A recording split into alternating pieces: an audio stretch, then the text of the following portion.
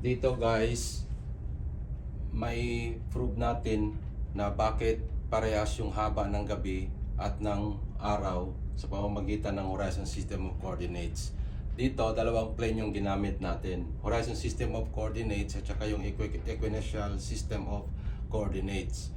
Kung ipapatong natin yung dalawang plane sa isang diagram, automatic magkakaroon tayo ng zenith, nadir.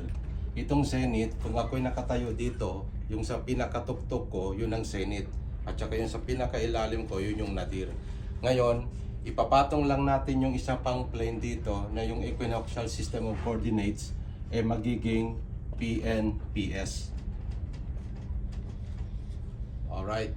Ngayon, since yung argument natin, ang declination ng araw is 0, north or south, so automatic dito siya sa 0 declination.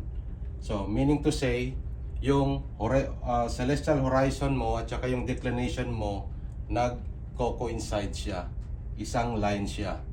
So, at saka yung araw naman is ito yung path ng araw. From Sun 1, Sun 2, Sun 3. Kung napapansin nyo, yung plane na bilog is nahati siya sa dalawa. At yung sa taas ng horizon na ito is yung daytime. At saka sa ilalim ng horizon na ito is yung nighttime. Kung mapapansin nyo, parehas yung cut ng pi. At yan ang nagpapatunay na parehas din yung haba ng gabi, ng araw at ng gabi.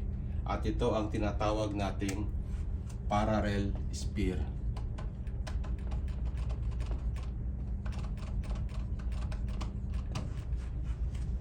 Thank you.